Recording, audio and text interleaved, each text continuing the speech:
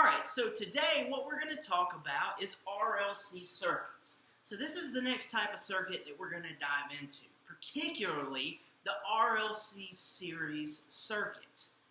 But first, what we're going to do in this video is this is just going to be a short video explaining what RLC circuits are and how they react. Alright, so how these components react with each other in the mix together.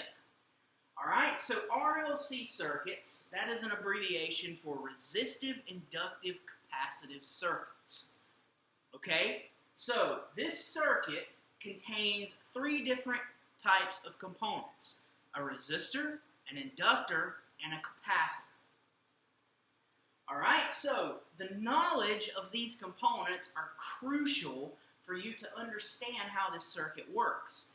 So let's back up just a little bit and spend just a few minutes talking about each component.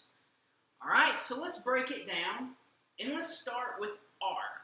R is resistance, okay? So we get resistance from a component called the resistor.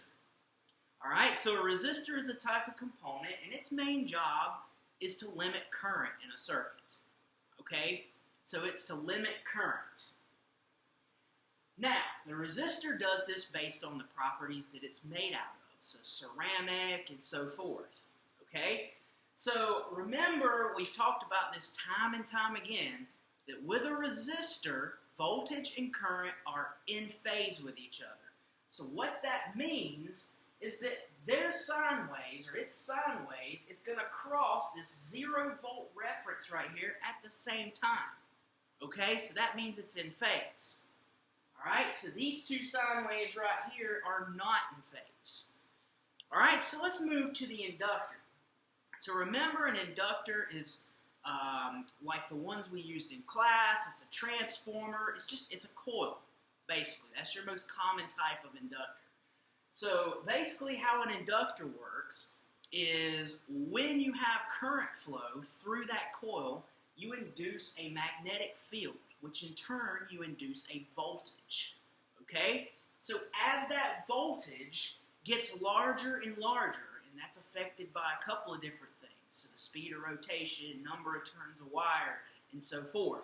So as that voltage gets larger and larger, that is what we call CEMF, which is counter-electromotive force, okay? So as it gets larger and larger, it pushes back against the source current, and the overall current drops in the circuit.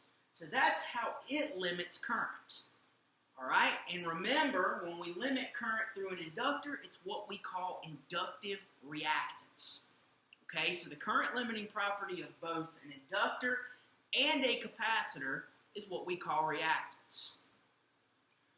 Alright, so with an inductor, we can say that inductors lag by 90. So what exactly lags, okay? The inductive current. So the inductive current lags the applied voltage by 90 degrees.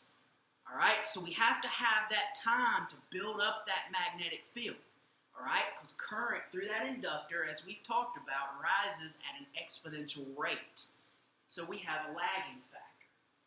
Alright, so inductive current lags applied voltage by 90 degrees. Now, the capacitor. So the capacitor, remember I talked about, that's my favorite component. It serves so many purposes in the AC and DC world. Alright, so a capacitor is basically just two plates separated by a dielectric. That's a test question. The capacitor is two plates and a dielectric. So basically the two plates are isolated from each other. So what a capacitor's job is to either store energy, we use them as filters, we use them for power factor corrections, and they serve all kinds of purposes in the AC-DC world. Alright, so the capacitor we talked about before we went on this break is that capacitors lead by 90 degrees. So basically what that means is that the capacitive current leads applied voltage by 90 degrees. Okay? So basically what we're looking at with a capacitor is the voltage. We're charging that voltage up. So once one plate is charged up, it discharges to the next plate. And it just keeps doing that back and forth. All right, so that's how a capacitor actually operates. All right, so just a question. Answer it to yourselves, or I'll answer it, whichever. So inductors lag by 90 and capacitors lead by 90, okay? So if one is lagging by 90 and one is leading by 90, what kind of span is that? It's 180 degrees.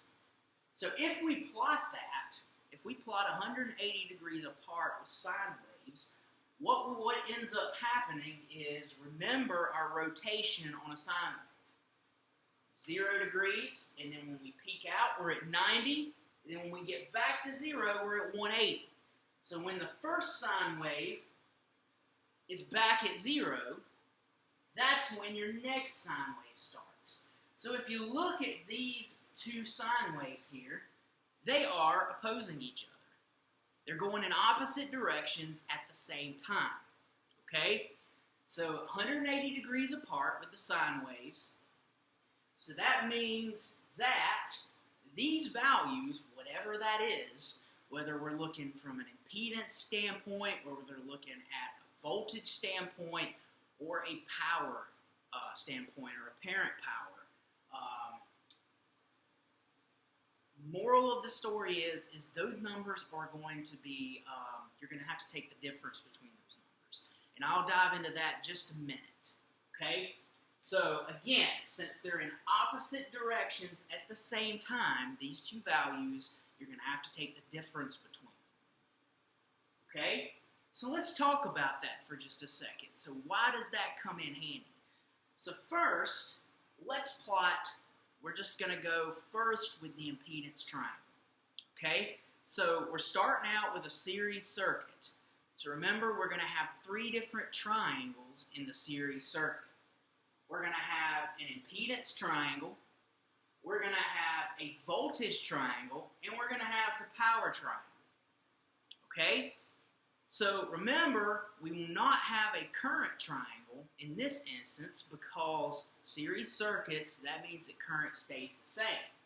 So whatever source current is, that's the current through all components. I mentioned time and time again in lecture at school is that it doesn't matter what components I have in this circuit, resistors, inductors, or capacitors, whatever. If they are connected in series, current still only has one path that it can take. So with that being said, current is still the same everywhere. So if you find one current, it doesn't matter if I have 4 resistors, 8 inductors, and 10 capacitors. If they're in series, all of those components is going to have the same amount of current. Okay? So let's go back to the impedance triangle here. Okay? So remember, with just a purely resistive circuit, I'm not going to have a triangle because voltage and current are in phase. I'm not going to have an angle right here because nothing's out of phase. So if I just had a purely resistive circuit, this is what it would be. No triangle. Okay? Now, once I start adding inductance as part of the impedance triangle, I develop inductive reactance. So inductive reactance is going to form this side of the triangle. Okay? Now, remember, the total, when I have resistors and inductors in the same circuit, so resistance and inductive reactance added together, that overall current limiting property is what we call impedance. So there is my impedance triangle. So where does capacitance fall in here? All right, so let's think about this for a second. We've always said that power factor, 95%, is kind of our golden number here. So the more inductance I add, the larger the angle gets. And the larger this angle gets, that means that circuit's not going to be working very efficiently. The closer we are to this resistive line here, so the smaller this angle is, the better. So as I add inductance, I am creating a larger angle, which means voltage and current is shifting further and further apart in that circuit. So what do I do to counter that? And this will work both ways. I come in and I add capacitance. So basically what capacitance does is capacitance we can plot in this direction. Okay? So we plot it in that direction. Ever how much this goes down this way, it shifts this closer and closer to the resistive line. So, for example, let's say that I have a resistance of 50 ohms. Okay? So I have a resistance of 50 ohms. And let's say that I add an inductive reactance of 75 ohms. That's going to be a pretty large phase shift. I mean, I have more inductive reactance than I do resistance. So that's going to create a huge phase shift there. So what do? Is I go here, and let's just say that I add 60 ohms of capacitive reactance. What happens is I just created a new side to this triangle right here, okay? A new side, which is going to be the difference between these two numbers, okay? And that new triangle is going to look a little bit more like this. So I have 50 ohms still here, and that is R. And then this side is going to be XL minus XC, which is 15 ohms. So what I just did is I just made this angle smaller, which in turn improves my power factor. Because the smaller your angle theta is, the better your power factor is going to be. The closer you're going to get to that 95% mark. So just to back it up again, so if I have inductance here, and I have too much of it, adding capacitance, basically you're always going to subtract these two numbers here. And what I said earlier was that it works both ways, is maybe I have too much capacitance in the circuit. Well, if that's the case, add inductance. If you add inductance, it's going to shift it back up this way, okay? And it's going to work the same way. So too much capacitance, add inductance. Too much inductance, add capacitance. So this triangle creates a unique formula, okay? So this is still going to be your same old Pythagorean theorem that we're used to. It's your right triangle stuff. However, we have to modify because of this side being the difference between these two of my XL and my XC. XC is capacitive reactance. XL is inductive reactance. So what I end up with is Z equals the square root of R squared plus parentheses XL minus XC, close your parentheses, squared. Okay? And I don't know if I said take the square root, but if I did, then yeah. Alright, so that actually applies to every triangle. I could take these out, and I could have the power triangle here. So that means that P would equal 50 watts. This would be VARS L, and then this would be VARS C. So I still end up with the modified version of the power triangle, which is VA equals the square root of P squared plus parentheses VARS L minus var C, close parentheses, squared. And then the same thing with voltage. I can just plot my voltage triangle here.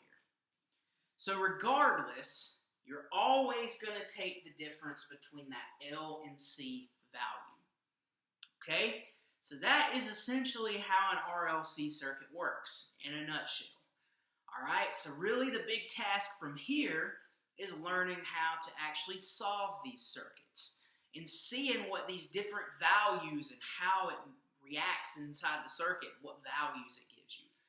Alright, so that's all for this video.